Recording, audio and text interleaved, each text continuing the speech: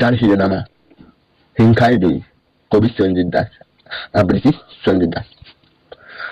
মোৰ মনত ভাহি উঠে সেই হিংসাৰ দুই কুৰাৰ বাস্তৱ ৰূপটোৰ ছবিখন, যিয়ে সৃষ্টি কৰিছিল বিপ্লৱৰ সূচনা, যি যাহ হৈছিল অসংখ্য অচিনাকি কবি লগা লাগিছিল এই হিংসাৰ দুই কুৰা।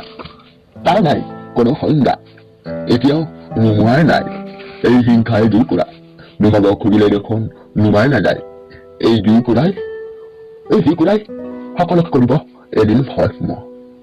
মই বাৰু এইবোৰ কথা কাক কৈ আছো?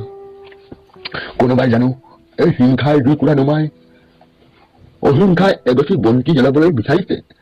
তোমাৰ কথা ভাবি দুখ লাগে হে অসমীয়া আই। যদি তোমাক এই হিংসাৰ দুই কুৰাই স্পৰ্শ কৰে তুমি কি কৰিবা? হিংসাৰ দুই কুৰা নুমাই অহিংসাৰ এগছি বন্তি জ্বলাবা নে হিংসাৰ দুইত নিজকে দগ্ধ কৰিবা? হে অসমীয়াই, তুমি যাবলৈ নিদিবা নিজক যা হৈ এই হিংসাৰ দুই কুৰাৰ মাজত। অভিযানসকলক বুজাচোন এবাৰ, হিংসাৰ দুই কুৰা আঁতৰাই অহিংসাৰ এগছ বন্তি জ্বলাবলৈ। হে অসমীয়াই, তোমাৰ উপগুণৰ তুলনা নাই।